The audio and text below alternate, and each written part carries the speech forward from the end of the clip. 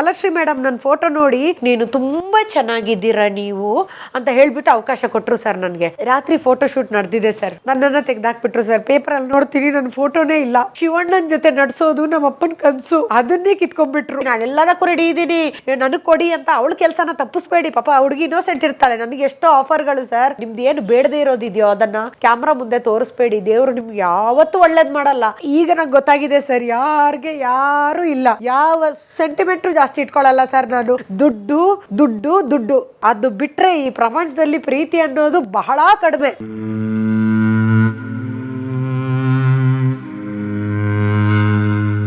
ನನಗಾದ್ರೂ ಬುದ್ಧಿ ಬಂದಾಗ ಅಪ್ಪ ಹೋದ್ರು ಸರ್. ಸಣ್ಣ ವಯಸ್ಸಲ್ಲಿ ಅಪ್ಪ ಅಮ್ಮ ಬಿಟ್ಟು ಹೋಗ್ಬಾರ್ದು ಸರ್ ಮಕ್ಕಳನ್ನ. ಮಕ್ಕಳು ಮನ್ಸು ರಾಕ್ಷಸತ್ವಕ್ಕೆ ಬಂದ್ಬಿಡತ್ತೆ. ಏನೋ ಒಂಥರ ಆಗ್ಬಿಡುತ್ತೆ ಸರ್ ಮಕ್ಳು ಮನ್ಸು. ಇಲ್ಲ, ಮಕ್ಕಳನ್ನೇ ಹುಟ್ಟಿಸ್ಬೇಡಿ. ಏನಕ್ಕೆ ಹುಟ್ಟಿಸ್ಬಿಟ್ಟು ಹೋಗ್ತೀರಾ? ಇಲ್ಲ, ಒಳ್ಳೆ ಸಂಸ್ಕಾರ ಕೊಡಿ. ಎಷ್ಟು ಮಕ್ಳು ಮನ್ಸು ಎಷ್ಟು ಹೆಂಗಿರುತ್ತೆ ಗೊತ್ತಾ? ಅಪ್ಪ ಅಮ್ಮ ಇಲ್ಲ ಅಂದ್ರೆ ನೋಡೋ ರೀತಿ, ಬದುಕೋ ರೀತಿ ಯಾವುದೂ ಚೆನ್ನಾಗಿರಲ್ಲ ಸರ್. ಯಾವುದೂ ಚೆನ್ನಾಗಿರಲ್ಲ. ಅದೊಂದು ತುಂಬ ದುರಂತ. ನನ್ನ ಇದು ಇಡೀ ಜೀವನಕ್ಕೆ ಒಂದು ಕಪ್ಪು ಚುಕ್ಕೆ ಅಂತ ಹೇಳಿದ್ರೆ ಬೇರೆ ಎಲ್ಲೂ ಇಲ್ಲ ಸರ್. ಸಂತೋಷವಾಗಿ ಬದುಕಿದ್ದೀನಿ. ನಾನು ಹೇಳೋದಿಷ್ಟೇ, ಇಂಡಸ್ಟ್ರಿಲಿ ಬರೋ ಹೆಣ್ಮಕ್ಳಿಗೆ, ನಿಮ್ಮ ಸ್ವಾರ್ಥಕ್ಕೋಸ್ಕರ, ನಿಮ್ಮ ಯಾವುದೋ ಒಂದು ಆಸೆಗೋಸ್ಕರ ನೀವು ಕೆಲ್ಸಕ್ಕೆ ಬಂದು ಮೋಸ ಮಾಡಬೇಡಿ. ಅಂದರೆ ಬೇರೆ ಥರದ ಕೆಲಸ ಮಾಡಿಕೊಂಡು ನಿಯತ್ತಾಗಿ ಬರ್ತಾರಲ್ಲ ಅವ್ರ ಕೆಲಸನ ತಪ್ಪಿಸ್ಬೇಡಿ. ಹೊರಗಡೆ ನೀವು ಏನು ಬೇಕಾದರೂ ಮಾಡ್ಕೊಳ್ಳಿ ಸರ್. ಅವ್ರು ಹೊರಗಡೆ ಏನು ಬೇಕಾದರೂ ಮಾಡ್ಕೊಳ್ಳಿ. ಆದರೆ ನೀವು ಕೆಲಸಕ್ಕೋಸ್ಕರ, ಈಗ ಒಂದು ಕೆಲಸ ಇದೆ ಇಲ್ಲಿ, ಈ ಡೈರೆಕ್ಟ್ರು ಇವಳು ಬಂದು ಹೇಳ್ತಾಳೆ ನಾನು ಏನು ಬೇಕಾದರೂ ಮಾಡ್ತೀನಿ, ರೆಡಿ ಇದ್ದೀನಿ. ಇವಳು ಹೇಳ್ತಾಳೆ ಇಲ್ಲ, ಇಳಾಬಿಟ್ಲು ಹೇಳ್ತಾಳೆ ಇಲ್ಲ ಸರ್ ನಾನು ಬರೀ ಕೆಲಸ ಮಾತ್ರ ಬೇಕು ನನಗೆ ಅಂತ. ಅವಾಗ ಚಾಯ್ಸ್ ಇವಳಾಗ್ತಾಳೆ. ಇವಳಿಗೆ ಶಾಪ ಅದು. ನಾನು ಹೇಳ್ತೀನಿ ಹೆಚ್ಚಿನ ಹೆಣ್ಮಕ್ಳಿಗೆ, ದಯವಿಟ್ಟು ನೀವು ನಿಮ್ದೇನಿದೆಯೋ ಹೊರಗಡೆ ಇಟ್ಕೊಳ್ಳಿ. ಇಂಡಸ್ಟ್ರಿಗೆ ಬಂದು ಹುಡುಗರಿಗೆ ಎಲ್ರಿಗೂ ಹೇಳ್ತಾ ಇರೋದು ಇದು, ಯಾರು ನಿಜವಾಗ್ಲೂ ಟ್ಯಾಲೆಂಟೆಡ್ ಇದ್ದಾರೋ, ಯಾರು ನಿಜವಾಗ್ಲೂ ಅದಕ್ಕೆ ಯೋಗ್ಯರಿದ್ದಾರೋ ಅವ್ರಿಗೆ ಕೆಲಸ ಕೊಡಿ. ನಿಮ್ದೇನೇ ಇದ್ರೂ ಹೊರಗಡೆ ಇಟ್ಕೊಳ್ಳಿ. ಇಲ್ಲಾಂದರೆ ಈ ಶಾಪ ನಿಮ್ಮನ್ನು ಸುಮ್ಮನೆ ಬಿಡಲ್ಲ. ನಮ್ಮನ್ನು ನೋಡಿ, ನಾವು ಇವತ್ತು ಇಲ್ಲಿ ಇಷ್ಟಿದ್ದೀವಿ, ಇಷ್ಟು ಚೆನ್ನಾಗಿದ್ದೀವಿ ಅಂದರೆ ದೊಡ್ಡ ದೊಡ್ಡ ಡೈರೆಕ್ಟರ್ಗಳಿದ್ರು, ಅವರೆಲ್ಲರೂ ನಮ್ಮನ್ನು ಬೆಳೆಸಿದ್ರು. ಇವತ್ತು ಒಳ್ಳೆ ರೀತಿಯಲ್ಲಿ ಯಾವುದೇ ಕೆಟ್ಟ ಒಂದು ಉದ್ದೇಶ ಇಲ್ಲದೆ ಕೆಟ್ಟದಾಗಿ ನೋಡಿಕೊಂಡು ನಮ್ಮನ್ನು ಯಾರೂ ಬೆಳೆಸಿಲ್ಲ. ಎಲ್ಲ ಚೆನ್ನಾಗಿ ಬೆಳೆಸಿದ್ದಾರೆ. ನೀವು ಇವಾಗ ಇದಿರಲ್ಲ, ನೀವು ನಿಮಗೇನು ಬೇಕೋ, ನಿಮಗೇನು ಸಂತೋಷ ಸುಖ ಸಿಗುತ್ತೋ ಅದಕ್ಕೋಸ್ಕರ ನೀವು ಕೆಲಸದಲ್ಲಿ ಅದನ್ನು ದಯವಿಟ್ಟು ತೋರಿಸ್ಬೇಡಿ. ಹೊರಗಡೆ ಏನಾದರೂ ಮಾಡ್ಕೊಳ್ಳಿ. ನಮಗೆ ಮಾತಾಡೋ ಹಕ್ಕು ಯಾರಿಗೂ ಇಲ್ಲ. ಕೆಲಸಕ್ಕೆ ಬಂದು ಇನ್ನೊಬ್ಳು ಕೆಲಸ ನಿಯತ್ತಾಗಿ ಯಾರೋ ಬಂದಿರ್ತಾರೆ ಹೊಟ್ಟೆ ಪಾಡಿಗೋಸ್ಕರ, ಇದನ್ನೇ ನಂಬ್ಕೊಂಡು ಎಲ್ರಿಗೂ ಕೈ ಮುಗ್ದು ಹೇಳ್ತಾ ಇದ್ದೀನಿ, ನಿಮ್ಮ ಒಂದು ಏನು ಆಸೆಗಳಿದೆಯೋ, ನಿಮ್ದು ಏನು ಬೇಡದೇ ಇರೋದಿದೆಯೋ ಅದನ್ನು ಕ್ಯಾಮ್ರಾ ಮುಂದೆ ತೋರಿಸ್ಬೇಡಿ. ದೇವರು ನಿಮ್ಗೆ ಯಾವತ್ತೂ ಒಳ್ಳೇದು ಮಾಡಲ್ಲ. ಆ ದುಡ್ಡಿಂದ ನಿಮ್ಮ ಫ್ಯಾಮಿಲಿಗೆ ಏನೋ ಪ್ರಾಬ್ಲಮ್ ಬರುತ್ತೆ, ಇನ್ಯಾರಿಗೂ ಇನ್ನೇನೋ ಪ್ರಾಬ್ಲಮ್ ಬರುತ್ತೆ. ನಿಜವಾಗ್ಲೂ ಟ್ಯಾಲೆಂಟ್ ಇದೆಯೋ ಅವರಿಗೆ ಅವಕಾಶಗಳನ್ನು ಕೊಡಿ. ಯಾರು ಇದಕ್ಕೋಸ್ಕರನೇ ಹಗಲು ರಾತ್ರಿ ಊರು ಬಿಟ್ಟು ಕೆಲಸ ಬಿಟ್ಟು ಎಲ್ಲ ಬರ್ತಾರೋ ಅವರಿಗೆ ಅವಕಾಶ ಕೊಡಿ. ಅಷ್ಟೇ ಕೇಳೋದು ಸರ್. ನನಗೆ ಇದ್ರ ಬಗ್ಗೆ ಭಾಳ ಬೇಜಾರಿದೆ. ನನಗೆ ಯಾರು ದುಡ್ಡು ಮಾಡೋದಕ್ಕೆ ಕಾರಲ್ಲಿ ನಮಗೆ ಅದು ಇಲ್ಲ. ನಾವು ಇದ್ದಿದ್ರೆ ನಮ್ಗೆ ಅದು ಆಸೆ, ನಾವೇನೋ ಮಾಡ್ತಿದ್ವಿ. ನಾನು ಹೇಳೋದು, ನೀವು ಕೆಲಸದ ಕಡೆ ಒಬ್ಳ ಕೆಲಸನ ತಪ್ಪಿಸ್ಬೇಡಿ. ನಾನೆಲ್ಲದಕ್ಕೂ ರೆಡಿ ಇದ್ದೀನಿ, ನನಗೆ ಕೊಡಿ ಅಂತ ಅವಳ ಕೆಲಸನ ತಪ್ಪಿಸ್ಬೇಡಿ. ಪಾಪ ಹುಡುಗಿ ಇನ್ನೋಸೆಂಟ್ ಇರ್ತಾಳೆ. ನನಗೆ ಎಷ್ಟೋ ಆಫರ್ಗಳು ಸರ್. ಇನ್ನೊಂದು ವಿಷಯ ಹೇಳ್ತೀನಿ. ನನಗೆ ಮಾಲಾಶ್ರೀ ರಾಮು ಅವ್ರದ್ದು ಇದು ಇತ್ತು ಸರ್, ಯಾವುದದು ಸವರಿನ ಸಿರಿ, ಕೊನೆ ತಂಗಿ, ಇದು ಅಶ್ವಿನಿ ಅವ್ರು ಮಾಡಿದ್ರಲ್ಲ ಆ ಪಾತ್ರ ನಾನು ಮಾಡಬೇಕಿತ್ತು ಸರ್. ಆವಾಗ ತಾನೇ ನನಗೆ ಕನಸು, ನಾನು ಮಾಡಬೇಕು ಸಿನಿಮಾ ಅಂತ. ಮಾಲಾಶ್ರೀ ಮೇಡಮ್ ನನ್ನ ಫೋಟೋ ನೋಡಿ ಎಷ್ಟು ಚೆನ್ನಾಗಿದೆಯಾ ನೀನು ನೋಡೋದಕ್ಕೆ, ರಿಯಲ್ ಆಗಿ ಚೆನ್ನಾಗಿಲ್ವಲ್ಲ, ಅಷ್ಟೊಂದು ಚೆನ್ನಾಗಿಲ್ಲ. ಫೋಟೋದಲ್ಲಿ ಫೋಟೋಜೆನಿಕ್, ನೀನು ತುಂಬ ಚೆನ್ನಾಗಿದ್ದೀರಾ ನೀವು ಅಂತ ಹೇಳಿಬಿಟ್ಟು ಅವಕಾಶ ಕೊಟ್ಟರು ಸರ್. ನನಗೆ ಫೋಟೋ ಶೂಟು ಎಲ್ಲ ಆಯಿತು ಸರ್, ನಡೀತು ನೋಡಿ ಅಲ್ಲಿ ಇನ್ಫ್ಲುಯೆನ್ಸ್. ರಾತ್ರಿ ಫೋಟೋ ಶೂಟ್ ನಡೆದಿದೆ ಸರ್. ಬೆಳಿಗ್ಗೆ ಆದರೆ ನಾನು ಪೇಪರಲ್ಲಿ ಬರಬೇಕು. ಸೇಮ್ ಯಾವುದೋ ಒಂದು ಕಾರಣಕ್ಕೆ ಇದೇ ಥರ ಬೇಡದಿರೋದು ಯಾವುದೋ, ಅವಾಗೆಲ್ಲ ಫೋನ್ ಇಲ್ವಲ್ಲ, ನನ್ನನ್ನು ತೆಗ್ದಾಕ್ಬಿಟ್ರು ಸರ್. ಪೇಪರಲ್ಲಿ ನೋಡ್ತೀನಿ ನನ್ನ ಫೋಟೋನೇ ಇಲ್ಲ. ನನಗೆ ಗೊತ್ತಿಲ್ಲ ಸರ್, ಅದು ಏನೋ ಅಲ್ಲಿ ನಡೀತು ಸರ್. ಅಲ್ಲಿ ಏನು ಅಂತ ಗೊತ್ತಿಲ್ಲ. ಮಾಲಾಶ್ರೀ ಮೇಡಮ್ ಮಾತ್ರ ನನ್ನನ್ನೇ ಫಿಕ್ಸ್ ಮಾಡಿದ್ರು. ನನಗೇನು ತಲೆ ಆಫರ್ ತಪ್ಪಿದ್ದಕ್ಕೆ ಬೇಜಾರಿಲ್ಲ. ಶಿವಣ್ಣನ ಜೊತೆ ನಡ್ಸೋದು ನಮ್ಮ ಅಪ್ಪನ ಕನಸು, ಅದನ್ನೇ ಕಿತ್ಕೊಂಡ್ಬಿಟ್ರು. ಗೊತ್ತಿಲ್ಲ ಅದು ಯಾಕೆ ಏನಾಯಿತು ಅಂತ. ಯಾಕೆಂದರೆ ನಾವು ನೋಡದೆ ಏನು ಹೇಳಬಾರ್ದು. ಎಲ್ಲ ಓಕೆ ಆಗಿ ಫೋಟೋಶೂಟ್ ಆಗಿ, ಯಾಕೆ ಸರ್ ರಾತ್ರೋರಾತ್ರಿ ಚೇಂಜ್ ಆಗಿಬಿಡ್ತೀನಿ. ಒಂದು ಫೋನ್ ಬರುತ್ತೆ ಸರ್ ನಾನು ಹೋಗೋಷ್ಟೊತ್ತಿಗೆ, ಅಲ್ಲಿ ರಿಂಗ್ ಆಗುತ್ತೆ, ಯಾರೋ ಮಾತಾಡ್ತಾರೆ, ಯಾರೊಬ್ರು ಹುಡುಗ, ನೆನಪಿಲ್ಲ ನನಗೆ. ಅವಾಗಲೇ ನನಗೆ ಡೌಟ್, ನನಗೆ ಸೆನ್ಸ್ ಜಾಸ್ತಿ ಸಿಕ್ತು, ಸೆನ್ಸ್ ಜಾಸ್ತಿ ನನಗೆ. ಫೋನ್ ಬಂತು, ಹೌದಾ ಆ ಪಾತ್ರನ ಅಂತ ಏನೋ ಈ ಥರ ಮಾತಾಡೋದು ಕೇಳಿಸ್ತು ಸರ್. ಹೋಯ್ತು ಪಾತ್ರ. ಬಂದುಬಿಟ್ಟು ಅವತ್ತೊಂದೇ ದಿನ ದೇವ್ರ ಹತ್ರ ನಾನು ಜಗಳ ಮಾಡಿದ್ದು. ಇದುವರೆಗೂ ಅಪ್ಪನ ಕರ್ಕೊಂಡಾಗಲೂ ನಾನು ದೇವ್ರಿಗೆ ಬೈಯಲ್ಲ. ನಾನು ಮಾಡಿದ ಕರ್ಮಕ್ಕೆ ನಾನು ದೇವರನ್ನು ಬೈಯಲ್ಲ, ಇದೆಲ್ಲ ನಾನು ಸರಿ ಮಾಡ್ಕೋತೀನಿ. ನಾವು ಯಾರನ್ನು ಬೈಯೋದ್ರಿಂದ ಏನು ಪ್ರಯೋಜನ ಇಲ್ಲ ಅಂದ್ಕೊಂಡು ಅವತ್ತು ಮಾತ್ರ ಸರ್ ದುರ್ಗಾದೇವಿ ಕ್ಯಾಲೆಂಡ್ರನ್ನ ಪೂಜೆ ಮಾಡ್ತಿದ್ದೆ. ಕ್ಯಾಲೆಂಡ್ರ್ ರಪ ರಪ ರಪ ರಪ ರಪ ಹರಿದ್ಬಿಟ್ಟು ಹೆಂಗೆ ಹತ್ತಿದ್ದೀನಿ ಅಂತ ಹೇಳಿದ್ರೆ ಸರ್ ಈಗಿನ ಥರ ಆಗ ಇಲ್ಲ ಸರ್. ಆಗ ಒಂದು ಅವಕಾಶ ಸಿಗೋದಕ್ಕೋಸ್ಕರ ಎಷ್ಟೊಂದು ಕಾಂಪಿಟಿಷನ್, ಸ್ಪರ್ಧೆ ಜಾಸ್ತಿ ಇತ್ತು. ಇವಾಗ ನಿಮಗೆ ಕೈಗೆ ಸಿಗುತ್ತೆ ಸರ್ ಆಫರು, ಚಾನಲಲ್ಲಿ ಹೀರೋ ಹೀರೋಯಿನ್ ಬೇಕು, ಟಿಕ್ ಟಾಕು, ಮತ್ತೊಂದು ಇನ್ನೊಂದು. ಅವಾಗಿಲ್ಲ, ಅವಾಗ ತುಂಬ ಕಷ್ಟ ಇತ್ತು ಇಂಡಸ್ಟ್ರಿ, ತುಂಬ ಕಷ್ಟ ಇತ್ತು. ಈ ಕ್ಯಾಸ್ಟಿಂಗ್ ಕೌಚು, ಆಮೇಲೆ ಈ ಮೀಟು ಗೀಟು ಎಲ್ಲ ಏನಾರು ಮಾಡೋದು ಅದೆಲ್ಲ ನಡೆಯುತ್ತೆ ಇಂಡಸ್ಟ್ರಿ, ನಡೆಯುತ್ತೆ ಸರ್. ಅದು ಎಲ್ಲ ಕಡೆ ಇಂಡಸ್ಟ್ರಿಯಲ್ಲಿಂದ ನಡೆಯುತ್ತೆ. ಸೀರಿಯಲ್ಗಳಲ್ಲಿ ನಾವಿದ್ದ ಟೈಮಲ್ಲಿ ಇಲ್ಲ. ಈಗಲೂ ನನಗೆ ಯಾರು ಆ ಥರ ನೋಡಿಲ್ಲ. ನೋಡಿ ಸರ್, ಒಂದು ಹೆಣ್ಣು ಹಾಗಿದ್ರೆ ಮಾತ್ರ ನೋಡ್ತಾರೆ ಅಂತ, ಅಥವಾ ಗಂಡು ಆ ಥರ ಇದ್ದಾಗ ಹೆಣ್ಣು ಸ್ವಲ್ಪ ದೃಷ್ಟಿನ ಬದಲಾಯಿಸಬೇಕು. ಈಗ ನೋಡಿ ಸರ್, ನಮಗೆ ದೇವ್ರ ಕೆಪಾಸಿಟಿ ಅಂದರೆ ಕಂಟ್ರೋಲ್ ಕೆಪಾಸಿಟಿ ಜಾಸ್ತಿ ಕೊಟ್ಟಿದ್ದಾನೆ, ತಾಳ್ಮೆ ಕೊಟ್ಟಿದ್ದಾರೆ ನಮಗೆ. ಒಂದು ಹುಡುಗ ಆ ರೀತಿ ಇದ್ದಾಗ ನಾವು ಅದನ್ನು ಲವ್ಲಿಯಾಗಿ ಮಾತಾಡಿ ಅದನ್ನು ನಾನು ಆ ಥರ ಇಲ್ಲ ಅಂತ ಹೇಳ್ಬೋದು. ಕೆಲಸಕ್ಕೋಸ್ಕರ ನಾನು ಆ ಥರ ಮಾಡಲ್ಲಪ್ಪ, ನಾನು ಆ ಥರ ಇಲ್ಲ ಹುಡುಗಿ, ನಾನು ಆ ಥರದವಳಲ್ಲ ಅಂತ ಹೇಳಿದಾಗ ಯಾರು ನಿಮಗೆ ಬಲವಂತ ಮಾಡಲ್ವಲ್ಲ. ಯಾರು ಬಲವಂತ ಮಾಡ್ತಾರೆ? ರೋಡಲ್ಲಿ ಹೋದ ತಕ್ಷಣ ಆ ಕಡೆ ಈ ಕಡೆ, ಈಗ ನಾನು ಊರಲ್ಲಿದ್ದಾಗ ಎಷ್ಟು ಜನ ನೋಡ್ತಿದ್ರು, ಟ್ರೈ ಮಾಡ್ತಿದ್ರು. ಚಿಕ್ಕ ವಯಸ್ಸಿಂದನೂ ನಡೆಯುತ್ತೆ. ಹೆಣ್ಣು ಅಂದ ತಕ್ಷಣ ಹೆಣ್ಣು, ಗಂಡು ಅಂದ ತಕ್ಷಣ ಗಂಡು, ಇದು ಸಮ. ಹುಡುಗರನ್ನ ನೋಡೋದು, ಹುಡುಗರು ಹುಡುಗಿರನ್ನ ನೋಡೋದು, ಎಲ್ರಿಗೂ ಸಮ ಇರುತ್ತೆ. ಇವರು ಬೇಕಾ ಇವರು ಬೇಡವಾ ಅನ್ನೋದು ಆಯ್ಕೆ ನಮ್ದಿರುತ್ತೆ, ನಮ್ಮನ್ನು ಯಾರು ಫೋರ್ಸ್ ಮಾಡಲ್ಲ ಅಲ್ವಾ ಸರ್. ಎಲ್ಲ ಫೀಲ್ಡಲ್ಲಿ ಇದೆ ಸರ್ ಇದು. ಈ ಡಿಪಾರ್ಟ್ಮೆಂಟ್ ಇದರಲ್ಲಿ ಇಂಡಸ್ಟ್ರಿಯಲಿಂತ ಮಾತ್ರ ಅನ್ಕೋಬೇಡಿ. ರೋಡ್ಗೆ ಹೋದ್ರು ನಡ್ಕೊಂಡು ಹೋದ್ರೂ ನೀವು ಯಾರಾದರೂ ನಿಮ್ಮನ್ನು ನೋಡಿದ್ರೆ ನಾವೊಂದು ಲುಕ್ಕು ಕೊಟ್ಟರೆ ಅಲ್ಲೇ ಕೇಳಿಬಿಡ್ತಾರೆ. ನಾವು ನೋಡಬಾರ್ದು, ನಾವು ಆ ಥರ ಅಲ್ಲ ಅಂತ ನಮ್ಮ ಪಾಡಿಗೆ ನಾವು ಹೋಗಬೇಕು. ನಮ್ಮ ದೃಷ್ಟಿಯಲ್ಲಿರುತ್ತೆ ಅದೆಲ್ಲ ಅಲ್ವಾ, ದೃಷ್ಟಿಯಲ್ಲಿರುತ್ತೆ ಅದು. ಆಸೆ ಇರಬಾರ್ದು, ಆಸೆಗೆ ಇವೆಲ್ಲ ಆಗ್ತಿರೋದು. ಯಾಕೆಂದರೆ ಅದ್ರ ಹಿಂದೆ ಅವ್ರಿಗೆ ಏನು ನೋವಾಗಿರುತ್ತೋ ಗೊತ್ತಿಲ್ಲ, ಏನೇನು ನೋವುಗಳಿರುತ್ತೋ ದುಡ್ಡಿನ ವಿಷಯಕ್ಕೆ. ಹೇಗನ್ಸುತ್ತೆ ಹೇಳಿ, ಅವಾಗ ಹೆಂಗಾರ ಪರವಾಗಿಲ್ಲ ದುಡ್ಡು ಮಾಡೋಣ ಅನ್ನೋ ಮನಸ್ಥಿತಿಗೆ ಬಂದುಬಿಡ್ತಾರೆ, ಹುಡುಗ ಆಗಲಿ ಹುಡುಗಿ ಆಗಲಿ. ಆವಾಗ ಅವರಿಂದ ನಮ್ಮಂಥವ್ರಿಗೆ ತೊಂದರೆ ಆಗುತ್ತೆ. ತುಂಬ ಜನ ಇದ್ದಾರೆ ಇವತ್ತು. ಕೆಲಸದ ಕಡೆ ಯಾರೂ ಮಾಡಬಾರ್ದು, ಹೊರಗಡೆ ಏನಾರ ಮಾಡ್ಕೊಳ್ಳಿ ಸರ್, ಅದು ಒಂದು ಧೈರ್ಯನೇ ಅವ್ರಿಗೆ ಆ ಥರ ಕೆಲಸ ಮಾಡೋಕ್ಕೆ. ಬಟ್ ಕ್ಯಾಮ್ರಾ ಮುಂದೆ ಮಾಡಿದಾಗ ನನ್ನ ಕೆಲಸ ಕಿತ್ಕೊಂಡಾಗೆ ಅಷ್ಟೇ ಹೇಳೋದು. ಇದು ಎಲ್ಲ ಕಡೆ ಇರುತ್ತೆ, ಸಾಮಾನ್ಯವಾಗಿ ಎಲ್ಲ ಕಡೆ ಇದೆ. ಎಲ್ಲಿಲ್ಲ ನೀವೇ ಹೇಳಿ, ಎಲ್ಲ ಕಡೆ ಇದೆ. ಹೆಣ್ಣಿಗೇನು ಇದೆ, ಗಂಡಿಗೂ ಇದೆ. ಎಲ್ರಿಗೂ ಬಿಟ್ಟಿದ್ದಲ್ಲ ಇದು. ಏನು ಅಂದರೆ ನಾವೆಲ್ಲ ಅವಾಗ ನಗ್ನಗ್ತಾ ಪ್ರೀತಿಯಿಂದ ಕ್ಲಾಸ್ಮೇಟ್ ಥರ ವರ್ಕ್ ಮಾಡ್ಕೊಂಡು ಹೋಗ್ತಾ ಇದ್ವಿ, ಅವಾಗ ಖುಷಿ ಇತ್ತು. ಈಗ ಹಾಗಿಲ್ಲ, ಪೂರ್ತಿ ಬದಲಾಗಿದೆ. ಈಗೆಲ್ಲ ಮೊಬೈಲ್ ನೋಡ್ಕೊಂಡು ಕೂತ್ಕೋತಾರೆ, ಮೊಬೈಲ್. ಯಾರು ಯಾರ ಹತ್ರ ಮಾತಾಡಲ್ಲ, ಯಾರ ಬಗ್ಗೆ ಗೌರವ ಅಷ್ಟೊಂದು.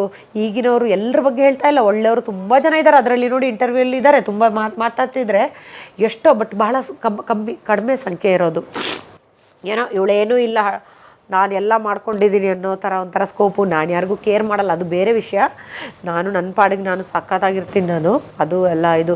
ಈಗ ಬಿಡಿ, ಗೋವಿಂದು ಸರು, ಶಾಂತಿ ನಿವಾಸ ನೋಡಿ, ಆ ಟೀಮು ಆ ಥರದ ಡೈರೆಕ್ಟ್ರ್ ಇರಬೇಕು. ಎಸ್ ನಾರಾಯಣ್ ಸರ್ ತಮ್ಮ ಅಲ್ವಾ ಗೋವಿಂದು ಸರ್, ಆ ಥರದ ಡೈರೆಕ್ಟ್ರ್ ಇರಬೇಕು. ಈಗ ಎಷ್ಟು ಜನ ಇದ್ದಾರೆ, ಅವರೊಬ್ಬರು ಉಳಿದಿದ್ದಾರೆ ನೋಡಿ. ಅವರು ಹೆಣ್ಣು ಮಕ್ಕಳನ್ನು ನೋಡೋ ರೀತಿ, ಅವರಿಗೆ ಅವ್ರ ಜೊತೆ ಬಿಹೇವ್ ಮಾಡೋಂಥ ರೀತಿ ನೋಡಿದ್ರೆ ಸಾಕು ಸರ್, ಕೈ ಎತ್ತಿ ಮುಗಿಯೋಣ ಅನ್ಸುತ್ತೆ. ಎಲ್ಲರನ್ನೂ ಒಂದೇ ಥರ ನೋಡೋದು, ತಾಯಿ ಥರ ನೋಡೋದು, ಎಲ್ಲರನ್ನೂ ಒಂದೇ ಥರ ನೋಡೋದು. ಎಂತೆಂಥ ಸಿನಿಮಾ ಮಾಡಿದ್ದಾರೆ ಸರ್ ಅವರು, ಎಂತೆಂಥ ವರ್ಕ್ ಮಾಡಿದ್ದಾರೆ. ನೀನ್ ಹಸೆ ಮನೆಯಿಂದ ಎದ್ದು ಅವನಿಗೋಸ್ಕರ ಅವ್ರ ಅಮ್ಮ ಶಾಂತಿಯಾಗಿ ಇದ್ಬಿಡ್ತೀನಿ ಅಂತ ಎಲ್ರ ಮುಂದೆ ಹೇಳ್ತೀಯ ಅಂತ ಕಲ್ಪನೆ ಮಾಡ್ಕೊಂಡ್ಬಿಟ್ಟಿದ್ದೆ ನಾನು. ನೋಡಿ ನನ್ನ ಪುಣ್ಯ, ಅದೇ ಹೇಳ್ತೀವಲ್ಲ, ಒಳ್ಳೆ ದುಡ್ಡು, ಒಳ್ಳೆ ಸೀರಿಯಲ್ಲು, ಒಳ್ಳೆ ಪಾತ್ರ, ನನಗೆ ಎಲ್ಲನೂ ಒಳ್ಳೇದಾಗ್ತಾ ಇದೆ ಲೈಫಲ್ಲಿ. ಅಪ್ಪ ಒಂದೇ, ಅದು ಒಂದೇ ನನ್ನ ಲೈಫಲ್ಲಿ ನಾನು ಕಳ್ಕೊಂಡಿದ್ದು. ಅಮ್ಮ ಕಳ್ಕೊಂಡಿದ್ದು ನಾನು ಹೇಳಿಲ್ಲ ನಿಮ್ಮ ಬಗ್ಗೆ ಇಷ್ಟೊತ್ತು. ನಾನು ಯಾರ ಬಗ್ಗೆ ಹೇಳೋಗ್ಲೂ, ನಾನು ನಿಮ್ಗೆ ಹೇಳಿದೆ, ಯಾರ ಬಗ್ಗೆ ಹೇಳೋಗ್ಲೂ ಅಳಲ್ಲ. ಅಪ್ಪ ಅಂತ ಬಂದಾಗ ಅಳ್ತೀನಿ ನಾನು. ಅದೊಂದೇ ಸರ್ ನನ್ನ ವೀಕ್ನೆಸ್ಸು. ಅಪ್ಪ, ನಾವು ಅವ್ರನ್ನ ಬಾಬಾ ಅಂತ ಕರಿತಿದ್ವಿ. ನಾನು ಭ್ರಮೆಯಲ್ಲಿ ಬದುಕಿದೆ ಅಂತ ಅನಿಸ್ತಿದೆ ಸರ್. ನಾನು ಅವ್ರು ಕರೆದಾಗೆಲ್ಲ ಊರಿಗೆ ಹೋಗ್ಬೇಕಿತ್ತು. ನಾನು ಕರಿತಿದ್ರು ಸರ್ ಪೂಜೆಗೆ ಹೋಗ್ಬೇಕು, ಶೂಟಿಂಗು. ನಂಗೆ ಏನು ಗೊತ್ತಾ, ಸತ್ಯನಾರಾಯಣ ಪೂಜೆ ಮನೇಲಿ ಇಟ್ಕೊಂಡ್ರೆ ಇಲ್ಲಿ ಡೇಟು ಶೂಟಿಂಗ್ದು. ಈಗ ಕೆಲವರೆಲ್ಲ ಹೇಗೆ ಹೇಳ್ತಾರೆ ಸರ್, ನಾನು ನಾಳೆ ಇಲ್ಲ ಅಂತ ಬೋಲ್ಡಾಗಿ ಹೇಳ್ತಾರೆ. ನಾನು ಹೇಳ್ತಿರ್ಲಿಲ್ಲ, ಹೇಳಿದ್ರೆ ದುಡ್ಡು ಬರಲ್ವಲ್ಲ, ಹೇಳಿದ್ರೆ ನಾಳೆ ಪೇಮೆಂಟ್ ಹೋಗುತ್ತಲ್ಲ. ಅಪ್ಪ ಏನು ನಾಳೆ ಇರ್ತಾರಲ್ಲ. ನನಗೆ ಈ ಸಡನ್ ಡೆತ್ ಆಗುತ್ತೆ ಅನ್ನೋದು ಕಾನ್ಸೆಪ್ಟೇ ಇಲ್ಲ. ಕಾನ್ಸೆಪ್ಟು ನಾನು ಅಪ್ಪನಿಂದನೇ ನೋಡಿರೋದು. ಅದು ಏನಾದರೂ ಸ್ವಲ್ಪ ಏನಾದರೂ ಅವ್ರಿಗೆ ಹಾರ್ಟ್ ಅಟ್ಯಾಕ್ ಒಂದ್ಸಲ ಬಂದು ಚಮಕ್ಕದ್ದು ಏನಾದರೂ ನಮಗೆ ಕೊಟ್ಟಿದ್ದಿದ್ರೆ ಅವಾಗ ನಾನು ಚೆನ್ನಾಗಿ ನೋಡ್ಕೊತಿದ್ದೆ. ಅಂದರೆ ಅವ್ರು ಕರೆದಾಗೆಲ್ಲ ಹೋಗ್ತಿದ್ದೆ, ರಾತ್ರಿಯಾಗಲೂ ಫೋನಲ್ಲಿ ಮಾತಾಡ್ತಿದ್ದೆ. ಬಟ್ ಅವಾಗ ದುಡಿಬೇಕಲ್ವಾ ಸರ್, ದುಡ್ಡಿಲ್ಲ ಅಂದರೆ ಇಲ್ಲಿ ಬದುಕೋಕ್ಕಾಗಲ್ವಲ್ಲ. ಅದಕ್ಕೆ ನಾನೇನು ಭ್ರಮೆಯಲ್ಲಿ ಬದುಕಿದೆ, ನಾನು ಅಪ್ಪನ ಚೆನ್ನಾಗಿ ನೋಡ್ಕೊತೀನಿ, ಮುಂದಕ್ಕೆ ಇನ್ಯಾರಿದ್ದಾರೆ ನನಗೆ, ನಮ್ಮ ಮದುವೆನೂ ಮಾಡ್ಕೊಳ್ಳಲ್ಲ, ನನ್ನ ಅಪ್ಪನ ಚೆನ್ನಾಗಿ ನೋಡ್ಕೊತೀನಿ, ನಾನು ಸನ್ಮಾನ ಮಾಡಿಸ್ತೀನಿ ಅಪ್ಪನಿಗೆ ಕೂರಿಸ್ಕೊಂಡು. ನಂಗೆ ಅದೆಲ್ಲ ಆಸೆ ಇದೆ. ಇವತ್ತು ಅಪ್ಪನ ಫೋಟೋಗೆ ಸನ್ಮಾನ ಮಾಡಬೇಕು, ನಾನು ಅದಕ್ಕೆ ಕೂತ್ಕೊಳ್ಳೋಕ್ಕೂ ಯೋಗ್ಯತೆ ಇಲ್ಲ. ಬಟ್ ಸಾವು ಅನ್ನೋದು ಹಿಂಗೆ ನಡೆದೋಗುತ್ತೆ ಅನ್ನೋದು ಆವಾಗಲೇ ಸರ್ ಗೊತ್ತಾದ್ದು.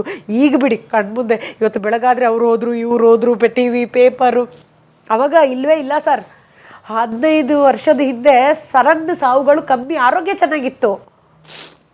ಇವಾಗ ತಾನೇ ಎಲ್ಲ ಹೋಗ್ತಾ ಇರೋದು. ಆಕ್ಸಿಡೆಂಟ್, ಮತ್ತೊಂದು, ಜನಸಂಖ್ಯೆ ಜಾಸ್ತಿ ಆಯಿತು, ಕೆಮಿಕಲ್ ಆಹಾರ ಆಯಿತು, ಟೆನ್ಷನ್ ಜಾಸ್ತಿ ಆಯಿತು, ರೋಗ ಜಾಸ್ತಿ ಆಯಿತು. ಇವಾಗಲೇ ಹೋಗ್ತಿರೋದು. ಅದಾದಮೇಲೆ ಏನಾಯಿತು, ಅಮ್ಮ ದೂರ ಆದಮೇಲೆ ನೋಡಿ ಅಮ್ಮಂದು ಏನಾಯಿತು ಅಂತ ಹೇಳಿದ್ರೆ, ಅಮ್ಮನಿಗೆ ತಲೆ ಬ್ರೈನ್ ವಾಶ್ ಮಾಡಿದ್ರು. ಅಮ್ಮನ ಕಡೆಯವರು ಸ್ವಲ್ಪ ಬುದ್ಧಿವಾದ ಹೇಳಿ ಒಂದು ಮಾಡ್ಸೋಕ್ಕೆ ನೋಡಲ್ಲ ಸರ್. ಅವಾಗ ಗಂಡ ಹೆಂಡ್ತಿರ್ನ ಕುಟುಂಬದವರು ಅವ್ರಿಗೆ ಚಿಂತೆ, ಅವ್ರಿಗೆ ಆಸ್ತಿ ಕೊಡ್ದಂಗೆ ಒಂದಿಷ್ಟು ಬಿಟ್ಬಿಟ್ರು. ಅದು ಏನೇನೋ ಕತೆಗಳು ಮಾಡಿದ್ರು ಅವ್ರ ಅಮ್ಮನ ಕಡೆಯವರು. ಯಾವತ್ತೂ ಅಮ್ಮನಿಗೆ ಬುದ್ಧಿವಾದ ಹೇಳಕ್ಕೆ ಬಂದಿಲ್ಲ ಯಾರೂ. ಹೇಳಿದ್ರೆ ಅವ್ರು ಕೇಳೋ ಪರಿಸ್ಥಿತಿಲಿ ಇರಲಿಲ್ವೋ ಏನೋ ಗೊತ್ತಿಲ್ಲ. ಅದಾದಮೇಲೆ ನಾನು ಬಂದುಬಿಟ್ಟೆ. ಅಮ್ಮ ನನ್ನ ಹತ್ರ ಇದುವರೆಗೂ ನಮ್ಮ ಮನೆಗೂ ಕಾಲಿಟ್ಟಿಲ್ಲ. ಆದರೆ ನಾನು ಬೈದಿಲ್ಲ, ಒಂದು ನಿಮಿಷನೂ ಒಂದು ದಿನ ಅವ್ರನ್ನ ಬೈಕೊಳ್ಳಿಲ್ಲ. ತಂಗಿ ಮನೆಗೆಲ್ಲ ಬರ್ತಿದ್ರು, ಬಂದಾಗ ಚೆನ್ನಾಗಿದ್ಯಾ ಅಷ್ಟೇ, ನನಗೂ ಅಟ್ಯಾಚ್ಮೆಂಟ್ ಇಲ್ಲ, ಚೆನ್ನಾಗಿದ್ದೀನಮ್ಮ ಅಷ್ಟೇ. ಕೊನೆಗೆ ಅವರು ವಿಷಯನೇ ಗೊತ್ತಿಲ್ಲ ನನಗೆ, ಯಾರು ಬೇಡ, ಯಾರು ನಾನು ಏನೋ ಕೇಳ್ತಿದ್ದೀನಿ ಯೌವನದಲ್ಲಿ, ಅವ್ರು ಬೇಡ ಇವರು ಬೇಡ ಅಂದ್ಕೊಂಡು ಬೇಡದಿರೋ ಬುದ್ಧಿ ಬೆಳೆಸ್ಕೊಂಡ್ರೆ ಕೊನೆಗೆ ಅವ್ರದ್ದು ಆಸ್ತಿ ಇತ್ತು ಸ್ವಲ್ಪ, ಅಪ್ಪ ಆಸ್ತಿ ಕೊಟ್ಟಿದ್ರು ಸ್ವಲ್ಪ, ಅದನ್ನು ಯಾರಿಗೋ ಮಾರಿಬಿಟ್ಟು ಹಾಸ್ಪಿಟ್ಲಲ್ಲಿ ಅಡ್ಮಿಟ್ ಮಾಡಿದ್ದಾರೆ ರಿಲೇಷನ್ಸು. ಆಮೇಲೆ ಏನಾಗಿದೆ ನಮಗೆ ಗೊತ್ತೇ ಇಲ್ಲ, ನಾವೆಲ್ಲ ಇಲ್ಲೇ ಇದು ಸೆಟ್ಲು. ನನ್ನ ತಂಗಿ M.Ed ಮಾಡಿದ್ದಾಳೆ ಇಲ್ಲಿ ಪ್ರಾರ್ಥನಾದಲ್ಲಿ, ಟೀಚರ್ ಅವಳು ನನ್ನ ತಂಗಿ. ನಾನು ಮತ್ತವಳು ಬೆಂಗಳೂರಲ್ಲಿರೋದು. ಬೇರೆಯವರೆಲ್ಲ ಒಬ್ಳು ಮಡಿಕೇರಿ, ಒಬ್ಳು ಕಾಸರಗೋಡು, ಒಬ್ಳು ಸುಳ್ಯ. ಅವ್ರವ್ರ ಪಾಡಿಗೆ ಗಂಡದ್ರ ಜೊತೆ 2 ಗಂಡು ಮಕ್ಳು ಎಲ್ರಿಗೂ ಚೆನ್ನಾಗಿದ್ದಾರೆ. ನಮ್ಗೆ ಯಾರಿಗೂ ವಿಷಯ ಗೊತ್ತಿಲ್ಲ. ಹಾಗೂ ನಮ್ಮ ಅಕ್ಕಂದೊಂದು ಹೋಟ್ಲಿದೆ, ಅವಳು ತುಂಬ ಜನರಿಗೆ ಊಟ ಕೊಡ್ತಾಳೆ. ಬಾ ಅಮ್ಮ ಅಂತಂದರೆ ಅವ್ರು ರೆಡಿ ಇಲ್ಲ ಬರೋಕ್ಕೆ. ಮಕ್ಳ ಜೊತೆನೇ ಸೇರಲ್ಲ ಸರ್, ಬರಲ್ಲ. ಇಲ್ಲ ನನಗೆಲ್ಲ ಇದು ನೋಡ್ಕೊಂಡಿರೋಕ್ಕಾಗಲ್ಲ ಅಂದ್ರಂತೆ, ತಂಗಿ ಕರೆದ್ರು ಬರಲ್ಲ ಅಂತ. ಕೊನೆಗೆ ಹಾಸ್ಪಿಟ್ಲಲ್ಲಿ ಸೇರಿ ಮೆಮೊರಿ ಲಾಸ್ ಆಗಿದೆ ಅವ್ರಿಗೆ. ಮೆಮೊರಿ ಲಾಸ್ ಆಗಿಬಿಟ್ಟು ಅಮ್ಮಂಗೆ ಅಲ್ಲಿಂದ ಹಾಸ್ಪಿಟ್ಲಿಂದ ಬಂದುಬಿಟ್ಟಿದ್ದಾರೆ ಹೊರಗಡೆ, ರೋಡಲ್ಲಿ ಬಿದ್ದಿದ್ದಾರೆ. ನಮಗೆ ಹೇಳೇ ಇಲ್ಲ. ಅದಕ್ಕಿಂತ ಮೊದಲು ಅವ್ರು ಹೇಳೋದಂತೆ, ನಾನು ಇಳಾವಿಟ್ಲ ಅಂತ ಹೆಸರು ಚೇಂಜ್ ಮಾಡಿದಾಳಲ್ಲ, ಅವಳಿಗೆ ಎಲ್ಲ ಹೇಳ್ತೀನಿ, ನಾನು ಅವಳಿಗೆ ಬೈತೀನಿ ಅವಳಿಗೆ ಅಂತೆಲ್ಲ ಹೇಳ್ತಿದ್ರಂತೆ. ಯಾಕೆ ಏನು ಅಂತ ನಮಗೆ ಗೊತ್ತಿಲ್ಲ ಅಂತ ಹೇಳ್ತಿದ್ರಂತೆ. ಅವಳು ನನಗೆ ದುಡ್ಡೇ ಕಳಿಸಲ್ಲ, ನನಗೆ ದುಡ್ಡು ಕೊಡ್ಬೋದಿದ್ದು, ನನ್ನ ಹತ್ರ ಇರಲಿಲ್ಲ ಅವಾಗ. ದುಡ್ಡೇ ಕಳಿಸಲ್ಲ ನನಗೆ, ಎಲ್ಲ ದುಡ್ಡು ಗಂಡನ ಕಳಿಸ್ತಾಳೆ ಅಂದರೆ ನಾನು ನಿಜವಾಗ್ಲೂ ಕಳಿಸಿಲ್ಲ, ನನ್ನ ಹತ್ರ ಇರಲಿಲ್ಲ. ಅದು ಹಾಗೆ ಅಲ್ವಾ, ಪಿಕ್ಚರ್ನವ್ರು ಅಂದರೆ ಏನೋ ಇಷ್ಟು ದುಡ್ಡು ಇಟ್ಟಿರ್ತಾರೆ ಅಂತ ಈಗಲೂ ಹಾಗೆ ಅನ್ಕೋತಾರೆ. ಹಾಗಾಗಿ ಅಮ್ಮ ಕೊನೆಗೆ ಮಂಗಳೂರು ಹಾಸ್ಪಿಟ್ಲಿಗೆ, ಅಲ್ಲಿ ವ್ಯಾನ್ ಬರುತ್ತೆ ಸ್ವಲ್ಪ, ಮಂಗಳೂರು ಕಡೆ ಎಲ್ಲ ಈ ಥರನೇ ಸ್ವಲ್ಪ ಸೇವೆ ಜಾಸ್ತಿ ಮಾಡ್ತಾರೆ. ಕಿಮ್ಸ್ ಅದು ಯಾವ ಹಾಸ್ಪಿಟ್ಲ್ ಗೊತ್ತಿಲ್ಲ, ಅಲ್ಲಿ ಹೋಗಿ ಸೇರಿಸ್ಬಿಟ್ರು. ಅಮ್ಮ ಡೆತ್ ಆಗಿದ್ದಾರೆ ಸರ್. ಅಮ್ಮ ಡೆತ್ ಆಗಿಬಿಟ್ಟು ಇನ್ನೇನು ಅಲ್ಲಿ ಎಷ್ಟು ದಿನ ಇಡ್ತಾರೆ ಅಂತ ಗೊತ್ತಿಲ್ಲ. ರೂಲ್ಸ್ ಪ್ರಕಾರ ಎಷ್ಟೋ ದಿನ ಇಡ್ತಾರೆ ಸರ್. ಅದಕ್ಕೆ ಅಪ್ಪ ಅಮ್ಮ ಇಲ್ಲ ಅಂತ ಹೇಳಿದ್ರೆ ಆ ಹೆಣ್ಣಕ್ಕೆ ಸುಟ್ಬಿಡ್ತಾರೆ. ಅಪ್ಪ ಅಮ್ಮ ಇಲ್ಲ ಅಂತ ಹೇಳಿದ್ರೆ. ಅದು ಎಷ್ಟೋ ದಿನ ಸರ್, 3 ದಿನ ಫ್ರಿಜ್ಜಲ್ಲಿ ಏನೋ ಇಟ್ಬಿಟ್ಟಿದ್ರು. ನಂಗೆ ಗೊತ್ತಿಲ್ಲ ಸರ್ ಅದು, ಅಂದರೆ ಅದ್ರ ಪ್ರೊಸೀಜರ್, ಅದ್ರ ಬಗ್ಗೆ ನನಗೇನು ಕಲ್ಪನೆ ಇಲ್ಲ ಸರ್. ಕೊನೆ ದಿನ ಇನ್ನೇನು ಮಧ್ಯಾಹ್ನಕ್ಕೆ ಹೋಗಿಲ್ಲ ಅಂದಿದ್ರೆ ಇದು, ಅಂದರೆ ನಂದು ಸ್ವಲ್ಪ ಫೇಮಸ್ ಅಲ್ವಾ ಗ್ರೂಪ್, ಇಳಾವಿಟ್ಲ ಅಂತ ಗ್ರೂಪಲ್ಲಿ ಬಂದಿತ್ತು. ಇಳಾವಿಟ್ಲ ಅವ್ರ ತಾಯಿ ದೈವಾಧೀನರಾಗಿದ್ದಾರೆ ಅಂತ ನಾವು ಓಡ್ಕೊಂಡೋದ್ವಿ. ಮಧ್ಯಾಹ್ನ ಅವರೇ ದಹನ ಮಾಡೋಕೆ ಕರ್ಕೊಂಡೋಗ್ಬೇಕು. ನಾವು ತಲುಪಿದ್ವಿ, ಹೆಂಗೋ ಪಟ ತಲುಪಿದ್ವಿ. ನೋಡಿದ್ರೆ ಅಮ್ಮನ ದೇಹ ಗೊತ್ತೇ ಆಗ್ತಾ ಇಲ್ಲ. ನಾವು ಎಷ್ಟು ವರ್ಷ ಆಯಿತು ನೋಡಿದೆ, ನನಗೆ ಅಟ್ಯಾಚೇ ಇರಲಿಲ್ಲಲ್ಲ. ಅವಾಗ ಮಾತ್ರ ಒಂದು ಕ್ಷಣ ಅಮ್ಮ ಅನ್ನಿಸ್ತು ಸರ್, ಅನ್ನಿಸ್ತು ಮನ್ಸಲ್ಲಿ. ಅದೇ ಅಂದೆ, ನೀನು ನನಗೆ ಒಳ್ಳೆ ತಾಯಿ ಆಗಿಲ್ಲ, ಓಕೆ, ನೀನು ಇಷ್ಟು ಒಳ್ಳೆ ಗಂಡನಿಗೆ ನೀನು ಹೆಂಡತಿ ಆಗಬೇಕಿತ್ತು, ನಿಮಗೆ ಭಾಳ ಯೋಗನೇ ಇಲ್ವಾ ಅಮ್ಮ ಅಂತ ಅವತ್ತು ಕೇಳಿಕೊಂಡೆ ನಾನು. ಅಷ್ಟೇ.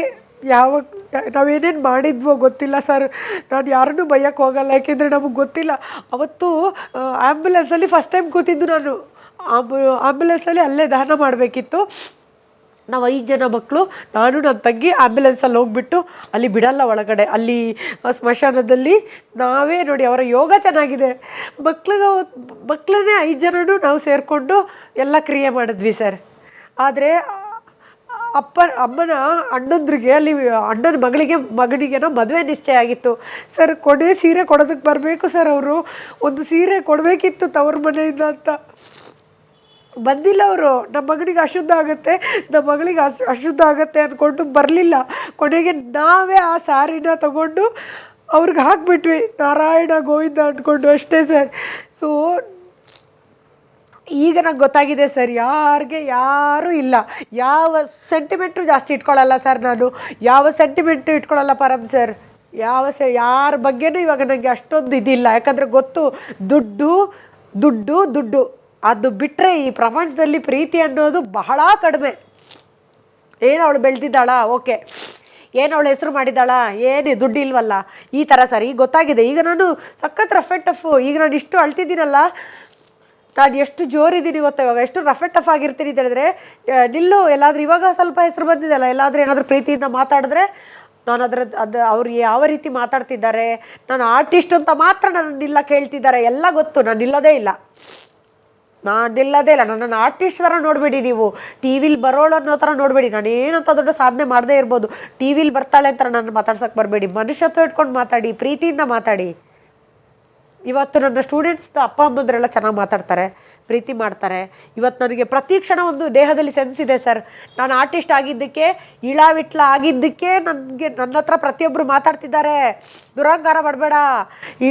ನೀನು ಮಾಲತಿ ವಿಟ್ಲ ಆಗಿದ್ದರೆ ನೀನು ಅದೇ ಫ್ಯಾಮಿಲಿಯಲ್ಲಿ ಒಂದು ವೇಳೆ ಮದುವೆ ಆಗಿದ್ರು ನಿಮ್ಮಮ್ಮ ಹಿಂಗೆ, ನಿಮ್ಮಪ್ಪ ಅಮ್ಮ ಹಿಂಗೆ ಅಂತ ಆಡ್ಕೊಳ್ತಿದ್ರು.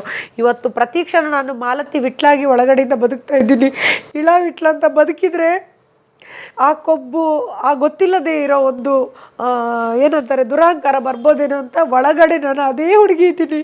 ಎಲ್ಲರ ಹತ್ರನೂ ಮಾತಾಡಿಸ್ತೀನಿ. ಯಾಕೆಂತ ಹೇಳಿದ್ರೆ ನನಗೆ ಗೊತ್ತಿದೆ ಯಾರು ಯಾವಾಗ ಬೇಕಾದರೂ ಹೋಗ್ಬಿಡ್ತಾರೆ ಅಂತ. ಸಾಕು, ನನಗೆ ಅಪ್ಪ ಒಂದೇ ಸಾಕು. ಬೇರೆಯವರು ಹೋದಾಗ ನಾನು ಅಳಲ್ಲ. ಅದಾದಮೇಲೆ ನನ್ನ ಅತ್ತೆ ದೇವರಂಥವ್ರು, ಯಾಕೆ ಸುಳ್ಳು ಹೇಳಬೇಕು ಸರ್, ಅವ್ರು ಮಾತ್ರ ನನಗೆ ತುಂಬ ಸಪೋರ್ಟ್ ಮಾಡಿದ್ದಾರೆ. ಅವ್ರ ಮನೆಯವರು ಸಪೋರ್ಟ್ ಮಾಡಿದ್ದಾರೆ. ಈಗ ಒಂದು ಸಣ್ಣ ಪುಟ್ಟ ಕಾರಣಕ್ಕೆ ನಾವು ಅಲ್ಲಿ ಇಬ್ಬರ ಹತ್ರ ಮಾತಾಡ್ತೀವಿ. ಬಟ್ ಅವರು ಯಾವತ್ತೂ ದುಡ್ಡು ಆಸೆ ಪಟ್ಟವರಲ್ಲ. ಸ್ವಲ್ಪ ಏನೋ ಇವಾಗ ಮಾತಾಡಲ್ಲ ಅಷ್ಟೊಂದು, ಊರಿಗೆ ಹೋಗಲ್ಲ ಅವ್ರ ಊರಿಗೆ.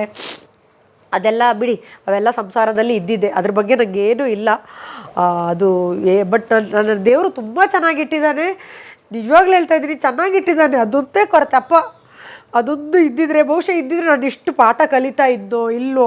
ದೇವರು ಗಟ್ಟಿ ಮಾಡ್ತಾನೆ ಅಂತಾರಲ್ಲ ಸರ್, ಒಂದೊಂದು ಪಾಠದಿಂದ 4 ಜನರ ಅಪ್ಪಂದ್ರಿಗೆ, ವೃದ್ಧರಿಗೆ ಸಹಾಯ ಮಾಡಬೇಕು ಅಂದರೆ ನಮ್ಮಪ್ಪ ಇರಬಾರ್ದು ನನಗನ್ಸಿದ್ದು ಅವಾಗ. ಅದಕ್ಕೆ ದೇವರು ಇವರನ್ನು ಪ್ರೀತಿ ಮಾಡು, ಇವ್ರಿಗೇನೋ ಕೊಡು. ಮಕ್ಕಳು ನೋಡಿ, ನನಗೆ ಇದೇ ಬಂದಿಲ್ಲ. ಬೇರೆ ಮಕ್ಕಳನ್ನ ಚೆನ್ನಾಗಿ ನೋಡ್ಕೋ, ಅವ್ರಿಗೆ ಎಜುಕೇಷನ್ ಕೊಡು. ಆ ಥರ ಯಾರನ್ನೋ ಒಬ್ಬರನ್ನ ಆ ಥರ ಸೃಷ್ಟಿ ಮಾಡ್ತಾನಂತೆ. ಹಾಗಾಗಿ ಈ ಕೆಲವು ವಿಷಯದಲ್ಲಿ, ಈ ಒಂದು ಅಪ್ಪನ ವಿಷಯದಲ್ಲಿ ನಾನು ತುಂಬ ವೀಕ್ ಸರ್. ಅದೊಂದು ಕೊರತೆ ಇದೆ. ಜೊತೆಗೆ ಸಿಂಪಲ್ ಆಗಿ ಬದುಕ್ತಾ ಇದ್ದೀನಿ, ಇನ್ನೂ ಮಾಲತಿಯಾಗಿ ನಾನು ಬದುಕ್ತಾ ಇದ್ದೀನಿ. ಅದನ್ನ ಜನ ನನಗೆ ಹೇಳ್ತಾರೆ, ಇನ್ನೂ ಹೀಗೆ ಇದ್ದೀರಾ ಅಂತ ಹೇಳಿದ್ರೆ. ಯಾಕೆಂದರೆ ನಾನು ಹಾಗೆ ಇದ್ದುಬಿಟ್ರೆ, ಇಳಾವಿಟ್ಲ ಥರ ಆರ್ಟಿಸ್ಟ್ ಥರ ಆಗಿಬಿಟ್ರೆ ಜನ ತೋರಿಸ್ಬಿಡ. ಅದೇ ಆ ಪ್ರೀತಿ ಆರ್ಟಿಸ್ಟ್, ಕಲಾವಿದೆ, ಹೆಮ್ಮೆ, ಗೌರವದ ಪ್ರೀತಿ. ಆ ಥರ ಪ್ರೀತಿ ಇದ್ದಿದ್ರೆ ಈಗ ರೋಡಲ್ಲಿ ಹೋಗ್ತಿದ್ರೆ ಯಾರಾದರೂ ಪ್ರೀತಿ ಮಾಡ್ತಾರೆ, ನಾನೇನಾದರೂ ದುಡ್ಡು ಬೇಕು ಅಂತ ಹೇಳಿದ್ರೆ ಕೊಡ್ತಾರೆ? ನನಗೆ ಕೊಡಲ್ಲ. ಈಗ ನಾನು ಕೇಳಿದ್ರೆ ದುಡ್ಡು ಕೊಡ್ತಾರೆ ನನಗೆ. ಅಂದರೆ ನನ್ನ ಸ್ಥಾನಕ್ಕೆ ಮರ್ಯಾದೆ ಇದೆ, ನಾನು ಮಾಡ್ತಿರೋ ಕೆಲಸಕ್ಕೆ ಒಂದು ಇವತ್ತರ ನಾಳೆ ಕೊಡ್ತಾಳೆ. ಹಾಗಾದರೆ ಅದು ಬೇಕಾಗಿಲ್ಲ ನನಗೆ ಅಂದ್ಕೊಂಡು ಒಳಗಡೆಯಿಂದ ಅದೇ ಥರ ಬದುಕ್ತಿದ್ದೀನಿ. ಆದರೆ ಅಷ್ಟು ಬಿಟ್ಟರೆ ದೇವರು ಚೆನ್ನಾಗಿ ನೋಡ್ಕೊತಿದ್ದಾನೆ ಸರ್, ಸುಳ್ಳು ಹೇಳಲ್ಲ, ಬಹಳ ಚೆನ್ನಾಗಿ ನೋಡ್ಕೊಂಡಿದ್ದಾನೆ. ಈ ಆತ್ಮ ಅದು ಏನು ತಪ್ಪು ಮಾಡಿದೆಯೋ ಜನ್ಮದಲ್ಲಿ ಗೊತ್ತಿಲ್ಲ, ಅದೊಂದೇ ಅಪ್ಪನ ಕಳ್ಕೊಂಡಿದ್ದು. ಅದು ಬಿಟ್ಟರೆ ಈ ದೇಹಕ್ಕೆ, ಈ ಪ್ರಕೃತಿಗೆ, ಪ್ರತಿಯೊಂದಕ್ಕೂ ಕೋಟಿ ಧನ್ಯವಾದಗಳು. ನಾನು ಕೇಳೋದಿಷ್ಟೇ ದೇವ್ರ ಹತ್ರ ಇವತ್ತು ಧ್ಯಾನ ಮಾಡುವಾಗ, ಆತ್ಮಕ್ಕೆ ತೃಪ್ತಿ ಕೊಟ್ಟು ಮೋಕ್ಷ ಕೊಡಿಸು. ಎರಡೇ, ಆತ್ಮಕ್ಕೆ ತೃಪ್ತಿ, ಮೋಕ್ಷ, 2 ಜೀವನದ ಸಾರ್ಥಕತೆ ಅಷ್ಟೇ. ನನಗೇನು ಯಾರು ಟಾರ್ಚರ್ ಮಾಡಲ್ಲ, ಕುಡ್ದು ಯಾರು ಹೊಡೆಯಲ್ಲ, ಏನು ಮಾಡಲ್ಲ, ಆರಾಮಾಗಿದ್ದೀನಿ ನನ್ನ ಲೈಫಲ್ಲಿ. ಇನ್ನೇನು ಬೇಕು ನನಗೆ? ಬೇಗ ಸಾವು ಬಂದರೂ ಒಂದೇ, ಲೇಟಾಗಿ ಸಾವು ಬಂದರೂ ಒಂದೇ. ನಾನು ಆರಾಮಾಗಿದ್ದೀನಿ, ಸುಖವಾಗಿದ್ದೀನಿ ಅಷ್ಟೇ ಸರ್. ಯಾಕೆ ಸರ್, ಏನಾಯಿತು? ನಿಮಗೆ ಬೇಜಾರಾಯ್ತಾ? ಹಿಂಗಿರುತ್ತೆ ಲೈಫು ಅಂತ? ಇಲ್ಲ, ನನಗಿಂತ ಕಷ್ಟಪಟ್ಟವ್ರು ಇದ್ದಾರೆ.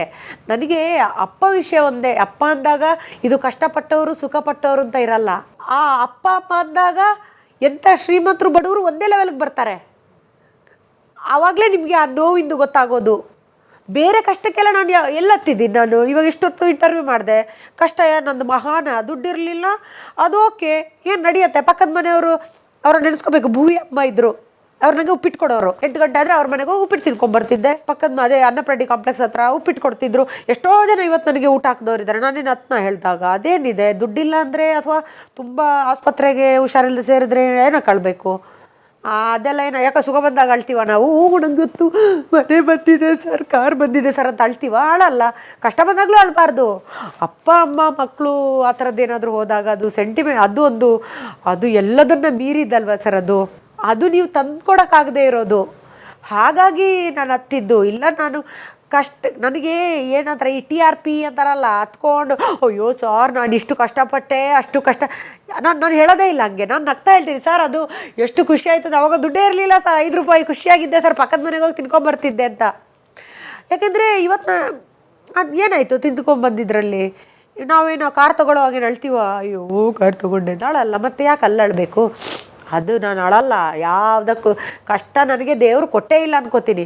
ಅಪ್ಪ ಒಂದೇ ಸರ್, ಅದೊಂದೇ ನನ್ನ ವೀಕ್ನೆಸ್ ನೋಡಿ.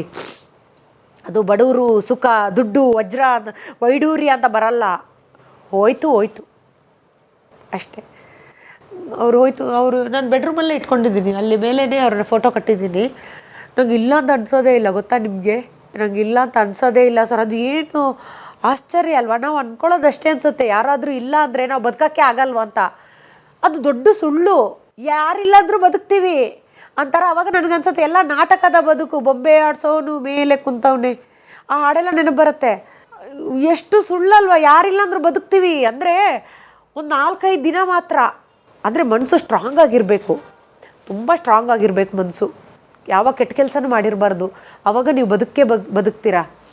ಏನಾದರೂ ತಪ್ಪು ಮಾಡಿದ್ದೀವಿ ಅಂದ ತಕ್ಷಣವೇ ಆತ್ಮಹತ್ಯೆ, ಮತ್ತೊಂದು ಇನ್ನೊಂದು ಐಡಿಯಾ ಬರೋದು. ನೀವು ಒಬ್ಬರಿಗೆ ಮೋಸ ಮಾಡದೆ, ಒಬ್ಬರ ಸಂಸಾರನ ಹಾಳು ಮಾಡದೆ ನೀವು ಬದುಕಿದ್ದೀರಾ ಅಂದರೆ, ದುಡ್ಡಿಲ್ಲ ಅಂದರೂ ಇವತ್ತು ಯಾಕೆ ಅಜ್ಜಿ ಅಂದರು ಅಷ್ಟು ವರ್ಷ ಬಡವರು ಬದುಕ್ತಾರೆ ಅಂತ ಹೇಳಿದ್ರೆ ಅದೇ ಕಾರಣ. ಆ ಒಂದು ಆತ್ಮವಿಶ್ವಾಸ ಇರುತ್ತೆ ನೋಡಿ, ಅದ್ರ ಮುಂದೆ ಯಾವುದೂ ಇಲ್ಲ. ಅದಕ್ಕೆ ಹೇಳೋದು ಒಳ್ಳೆ ರೀತಿಲಿ ದುಡೀರಿ ಅಂತ ಅಷ್ಟೇ. ನಂದೇ ದೊಡ್ಡ ಕಷ್ಟ ಅಲ್ಲ. ನಾನು ಅಪ್ಪ ಅಂದಿದ್ದಕ್ಕೆ ಅತ್ತೆ, ನಾನಿಲ್ಲ ಅಂದರೆ ಕಷ್ಟಕ್ಕೆಲ್ಲ ಹತ್ರ ಅಷ್ಟೇ. ಅವೆಲ್ಲ TRP ಕಷ್ಟ ಅದು ಏನು. ನಂದು ಒಂದೇ ವೀಕ್ನೆಸ್ಸು, ನಮ್ಮ ತಂದೆ ಏನು ಮಾಡಿದ್ರು ಇವಾಗ ನೋಡೋಕ್ಕಿಲ್ಲ. ಅವರು ವಾಪಸ್ ಬರೆದಿರೋ ವಸ್ತು, ಅದು ದೇವರು ಏನು ಸೃಷ್ಟಿ ಮಾಡಿದಾನಪ್ಪ. ಒಂದು ಸಲ ಆದರೂ ತೋರಿಸೋ ಥರ ಇರಬೇಕಿತ್ತಲ್ಲ ಮೇಲ್ಗಡೆಯಿಂದ ಬಂದು. ಒಂದೇ ಸಲ ಚಾನ್ಸ್ ಇದೆ ಅಂತ ಅವಾಗ ಎಲ್ಲ ಸಾಧನೆ ಮಾಡಿ ಅಪ್ಪ ನೋಡು, ಅಮ್ಮ ನೋಡು ಮತ್ತೆ ಬೇಕಾದ್ರೆ ಹೋಗಲಿ. ಅದು ಅವಕಾಶನೇ ಕೊಟ್ಟಿಲ್ಲ ನೋಡಿ. ಅದಕ್ಕೆ ದೇವರು ಅನ್ನೋದು. ಅದಕ್ಕೆ ರಿಯಲ್ ಅಪ್ಪ ಅಮ್ಮ, ನಮ್ಮ ಗುರುಗಳು ಹೇಳ್ತಾರೆ, ಶ್ರೀನಾಥ್ ಶೆಟ್ಟಿ ಸರ್, ರಿಯಲ್ ಗುರುಗಳು ಅಮ್ಮ ಅಂತೆ. ಅಮ್ಮ ಅಲ್ಲಿ ಮೇಲಿದ್ದಾರಂತೆ, ಅಂದರೆ ತಾಯಿ ಜಗನ್ಮಾತೆ. ಅವಳು ಕೊಟ್ಟಿರೋ ಅವಳ ಮಕ್ಕಳನ್ನ ಅವಳು ಯಾವಾಗ ಬೇಕಾದರೂ ತನ್ನ ಹತ್ರ ಕರೆಸ್ಕೋಬೋದು. ನಿನ್ನ ಹತ್ರ ಸುಮ್ಮನೆ ಕೊಟ್ಟಿರೋದು. ಅದಕ್ಕೆ ಯಾಕೆ ಧ್ಯಾನಕ್ಕೆ ಹೋಗ್ತಾರೆ ಮಾಡ್ತಾರೆ ಅಂತ ಹೇಳಿದ್ರೆ, ಆ ಜಗನ್ಮಾತೆಯಿಂದ ಕಿತ್ಕೊಳ್ಳೋಕೆ ಯಾರೂ ಆಗಲ್ಲ. ನಮ್ಮ ವೇವ್ಸಲ್ಲಿ ತಲುಪ್ತಾ ಇವಾಗ ಕೂಲಾಗಿರ್ತೀನಿ ನೋಡಿ. ತಾಯಿ ನಾನು ತಾಯಿ ಪ್ರಕೃತಿ ಅಷ್ಟೇ. ಸಂತೋಷವಾಗಿದ್ದೀನಿ. ಎಷ್ಟು ಇದು ನಾನು ಇಂಟರ್ವ್ಯೂ ಕೊಟ್ಟಿರೋ ಉದ್ದೇಶನೇ ಅದು. ದಯವಿಟ್ಟು ಕ್ಷಮಿಸಿ. ನಾನೊಂದು ಮಾತು ಹೇಳೋಕ್ಕೆ ಇಷ್ಟಪಡ್ತೀನಿ ಪಾರಮ್ ಸರ್. ಮೊದಲನೇದಾಗಿ ನಿಮಗೆ ಎಷ್ಟು ಧನ್ಯವಾದ ಹೇಳಿದ್ರು ಸಾಲದು. ನನ್ನ ಕೊರೋನಾ ಟೈಮ್ನ ಹೀರೋ ನೀವು. ನಮ್ಮ ಕಲಾವಿದರಿಗೆಲ್ಲ ಒಂದು ತನ್ನ ಮನಸ್ಸಲ್ಲಿರೋ ಕಷ್ಟಗಳನ್ನು ಹೇಳಿಸಿದ್ದು ಅಲ್ಲದೆ ಎಷ್ಟೋ ಜನರಿಗೆ ಮೊನ್ನೆನೂ ನೋಡ್ತಾ ಇದ್ದೀನಿ. ನಾನು ಲೈಕ್ ಮಾಡ್ತೀನಿ, ನನಗೆ ಕಮೆಂಟ್ ಮಾಡೋದಕ್ಕೆ ಟೈಮ್ ಸಿಗಲ್ಲ, ನನಗೆ ತುಂಬ ಬ್ಯುಸಿ ಇರ್ತೀನಲ್ವ ನಾನು.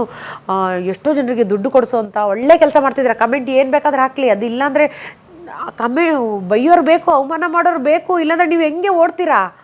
ಕಲ್ಲು ಎಸ್ದಿಲ್ಲ ಅಂದರೆ ನೀವು ಓಡಲ್ಲ. ನಿದ್ದೆ ಮಾಡೋವಾಗ ಯಾರಾದ್ರೂ ಕಲ್ಲೆಸ್ದ್ರೇ ಓಡೋದು. ಅವಮಾನ ಮಾಡೋರು ಇರಲೇಬೇಕು, ಇಲ್ಲಾಂದ್ರೆ ನಾವು ಸತ್ತಂಗೆ. ಸತ್ಯವಾಗ್ಲೂ ತುಂಬ ಅವಮಾನ ಆದಾಗ ಬೇಜಾರಾಗುತ್ತೆ. ಬಿಟ್ಟರೆ ಅವಮಾನ ಇಲ್ಲಂದ್ರೆ ನಾವು ಮುಂದಕ್ಕೆ ಹೋಗಲ್ಲ. ನಿಮ್ಮಂಥವ್ರು, ನಿಮಗೆ ತುಂಬ ಥ್ಯಾಂಕ್ಸ್ ಹೇಳ್ತೀನಿ. ನಾನೇ ನಿಮ್ಮ ಹತ್ರ ಫೋನ್ ಮಾಡಿ ಹೇಳಿರೋದು. ಅವಾಗ ನಾನು ಇಲ್ಲ ಸರ್ ನಾನೇನು ಸಾಧನೆ ಮಾಡಿಲ್ಲ ಆ ಥರದ್ದೆಲ್ಲ ಹೇಳ್ತಿದ್ದೆ. ಇವತ್ತು ನಾನೇ ಫೋನ್ ಮಾಡಿ, ಸರ್ ನಾನು ನಿಮಗೆ ಫಸ್ಟ್ ಇಂಟರ್ವ್ಯೂ ಕೊಡಬೇಕು ಅಂತಿದ್ದೀನಿ, ಬನ್ನಿ ಅಂತ ಕರೆದಿದ್ದೀನಿ. ಪ್ರೀತಿಯಿಂದ ಬಂದಿದ್ದೀರಾ. ನೀವು ನಮ್ಮೆಲ್ಲರಿಗೂ ತುಂಬ ಇಷ್ಟ. ಒಂದಿಷ್ಟು ಯೂಟ್ಯೂಬರಲ್ಲಿ ನೀವು ನಮ್ಮ ಫೇವ್ರೇಟು, ನಿಮ್ಮ ಫ್ಯಾನ್ ಅಂತ ಧೈರ್ಯವಾಗಿ ಹೇಳ್ತೀನಿ ನಾನು. ಇನ್ನೊಂದು, ನನ್ನಿಂದ ಏನಾದರೂ ಗೊತ್ತಿದ್ದೋ ಗೊತ್ತಿಲ್ದೇನೋ ಮಾತಿನ ಭರದಲ್ಲೋ ಏನೋ ಒಂದು ತಪ್ಪಾಗದೆ ಏನು ಇರಲ್ಲ, ಎಲ್ಲರೂ ತಪ್ಪು ಮಾಡ್ತಾರೆ. ಬಟ್ ಬೇಕು ಅಂತಾನೆ ನಾನು ಇದುವರೆಗೂ ಕ್ಯಾಮ್ರಾ ಮುಂದೆ ಯಾವತ್ತೂ ತಪ್ಪು ಮಾಡಿಲ್ಲ. ನನ್ನ ಉಸಿರು ಇರೋವರೆಗೂ ಇಲ್ಲಿವರೆಗೂ ನಾನು ತಪ್ಪು ಮಾಡಲ್ಲ. ಟೆಕ್ನಿಷಿಯನ್ಸ್ಗಂತೂ ಅವ್ರು ನನ್ನನ್ನು ತಿರುಗಿ ಹೊಡೆದ್ರು ನಾನು ಅವ್ರಿಗೆ ಹೊಡೆಯಲ್ಲ. ಏಕೆಂದರೆ ಅವರು ನಮ್ಮನ್ನು ಬೆಳೆಸಿರೋಂತಹ ಮನುಷ್ಯ ರೂಪದಲ್ಲಿರೋ ದೇವರು.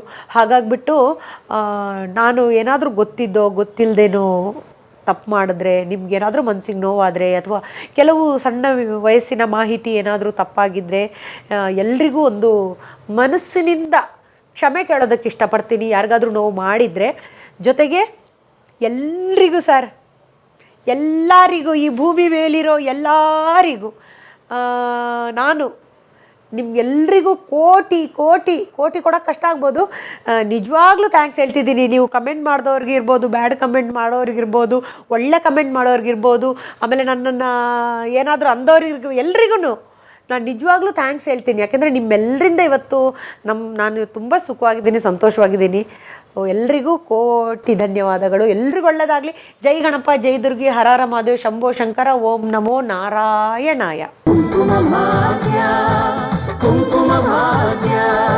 ಕಲಾ ಮಾಧ್ಯಮದ ಎಲ್ಲ ಎಪಿಸೋಡುಗಳು ನಿಮಗೆ ಸಿಗಬೇಕು ಅಂತಂದ್ರೆ ಕಲಾ ಮಾಧ್ಯಮ ಯೂಟ್ಯೂಬ್ ಚಾನೆಲ್ನ ಸಬ್ಸ್ಕ್ರೈಬ್ ಮಾಡಿ, ಬೆಲ್ ಐಕಾನ್ನ ಕ್ಲಿಕ್ ಮಾಡಿ. ತಪ್ಪದೇ ಮಾಡಿ. ಈ ವಿಡಿಯೋ ನೋಡಿದ್ದಕ್ಕೆ ನಿಮಗೆ ತುಂಬ ಧನ್ಯವಾದಗಳು. ಪುಸ್ತಕಗಳನ್ನು ಓದು ಮನಸ್ಸನ್ನು ಅರಳಿಸುತ್ತೆ, ಬುದ್ಧಿಯನ್ನು ಚುರುಕು ಮಾಡುತ್ತೆ, ಕಾಣದ ಹೊಸ ಲೋಕವನ್ನು ಪರಿಚಯಿಸುತ್ತೆ. ಹಾಗಾಗಿ ಓದುವ ಸಂಸ್ಕೃತಿ ಹೆಚ್ಚಾಗ್ಲಿ. ಧನ್ಯವಾದ.